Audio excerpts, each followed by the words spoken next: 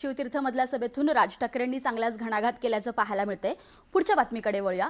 मुंबईसह परिसर गुजरातला जोडण्याचा डाव असल्याचा गंभीर आरोप यावेळी राज ठाकरेंनी केलाय। वाढवण बंदर आणि पालघर जिल्ह्यात परप्रांतीयांची संख्या वाढून तिथल्या मतदारसंघात मराठी अल्पसंख्याक होतील।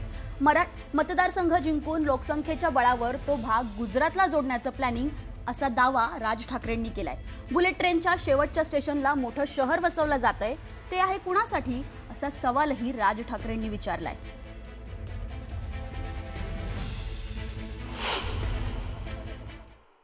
डोक्यात गेली सत्ता, डोक्यात। हा जो भूगोल आहे ना, हा भूगोल नीट समजून घ्या। हे वाढवण बंदरापासून तिकडे वरती जे आहे ना, त्याला लगेच लागून गुजरात आहे। यांचं पहिल्यापासूनचं डोक्यामध्ये जे होतं ना की मुंबई गुजरातला न्यायची,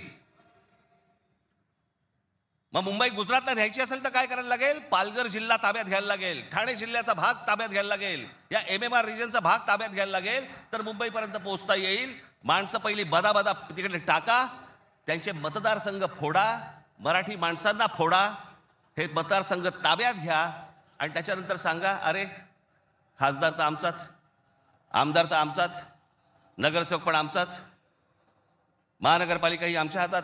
हे सगळं करून मुंबई गुजरातला कशी जोडता येईल याच्यासाठीचे हे सगळे लॉंग टर्म प्लॅन्स सगळे सुरू आहेत आणि आम्ही बेसावत।